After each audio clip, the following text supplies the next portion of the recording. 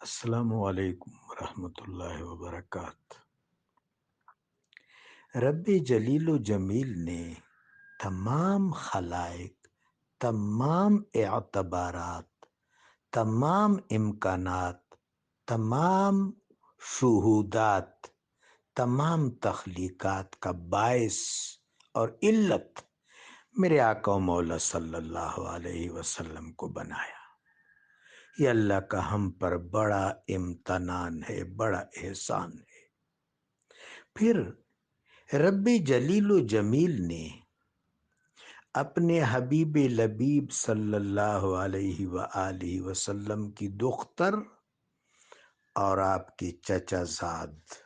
سیدنا علی علیہ السلام دونوں کو جو عطرت عطا فرمائی، جو ذریت عطا فرمائی، یہ اہل البیت ہیں، یہ نفوس رسول ہیں، یہ اصحاب تطہیر ہیں، یہ واجب المودت ہیں۔ جب آدمی ان کی حیات ہائے مبارکہ کا اوراق میں مطالعہ کرتا ہے، آنکھیں بند کر کے باطن کی آنکھوں سے ان آثار، ان ارقام، ان رشحات کا تصور کرتا ہے اور نظر باطن سے ان کی نورانی صورتوں کا شہود ملاحظہ کرتا ہے، تو ان سے وابستگی پر کمال فخر ملتا ہے، اور یہ اتنا بڑا اجر ہے کہ جنت بھی اس کا بدل نہیں ہے۔ جب آدمی ان ہستیوں کے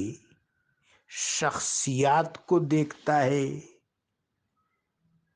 اور ان شخصیات کی رونقوں سے، نورانیتوں سے، محاسن سے، شمائل سے، محامد سے، اوصاف عالیہ سے، کمالات ارفع سے متلذذ ہوتا ہے، تو کوئی لذت، کوئی حلاوت اس کا بدل نہیں ہے۔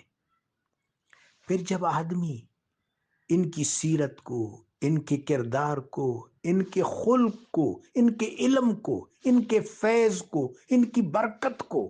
ان کی فیضیابیوں کو، ان کی رحمتوں کو دیکھتا ہے، تو آدمی ایک ایسی سرشاری میں مبتلا ہوتا ہے کہ جس سرشاری کا کوئی بدل نہیں ہے۔ اللہ اکبر۔ اور خدا کی قسم، انی اعلم ما لا تعلمون کی یہ تفسیر ہے۔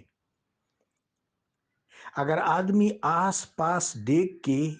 اور اپنے رویے کو دیکھ کے، اپنے کردار کو دیکھ کے، اپنی غفلتوں کو دیکھ کے، اپنی جہالتوں کو دیکھ کے، آس پاس کے لوگوں کی غفلت اور جہالت کو دیکھ کے انسان اپنے وجود سے اور اس دنیا کی تخلیق سے مایوس ہونے لگتا ہے، تو وہاں جو ہستیاں انسان کو تھامتی ہیں، اس کو ڈھارس دیتی ہیں، اس کو امید دیتی ہیں اور